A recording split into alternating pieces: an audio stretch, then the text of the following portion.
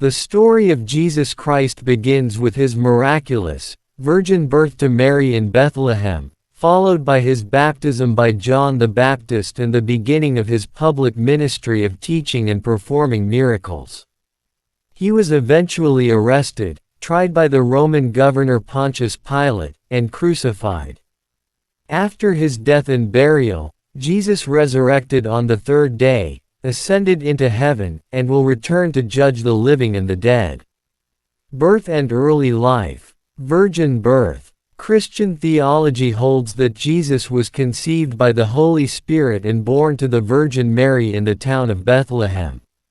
Childhood. Little is known about his life between the ages of 12 and 29, though some theories suggest he traveled or studied in the Judean Desert.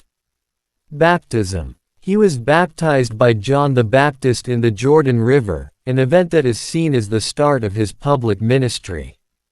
Public ministry. Teaching and miracles. Jesus spent the last 3 years of his life teaching, preaching, and performing miracles, such as healing the sick. Disciples and followers. He gathered followers and founded the early Christian church. Crucifixion and resurrection. Arrest and trial. Jesus was arrested in Jerusalem. Crucifixion. He was sentenced to be crucified by Pontius Pilate, with his hands and feet nailed to the cross and left to die on Golgotha. Death and burial. After his death, Jesus' body was buried. Resurrection. According to Christian belief, Jesus rose from the dead on the third day. Glorification and second coming. Ascension. Jesus ascended into heaven and sits at the right hand of God the Father.